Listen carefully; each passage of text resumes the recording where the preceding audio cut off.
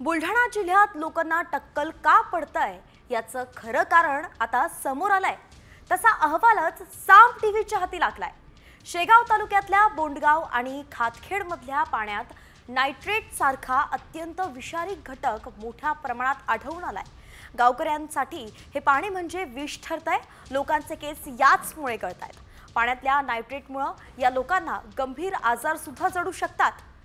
राज्यातल्या 7 जिल्ह्यांतल्या पाण्यामध्ये विषारी घटक आहेत। ही बातमी साम टीव्हीने सगळ्यात पहिले दाखवली होती आणि आता बुलढाण्यात त्याचे परिणाम सुद्धा दिसतायत। नायट्रेटचं प्रमाण हे 10च्या आत नॉर्मली असायला पाहिजे, परंतु जे सॅम्पल आम्ही पाठवलं त्याच्यामध्ये 54 मिलीग्राम पर लिटर इतकं जास्त प्रमाणात नायट्रेट्स आढळून आले। पण हे एवढ्या केमिकल दूषित पाणी असल्यामुळे बरेचसे हेल्थ प्रॉब्लेम निर्माण त्या भागामध्ये होत आहेत की असंच जर टक्कल राहिलं आयुष्यभर तर कसं।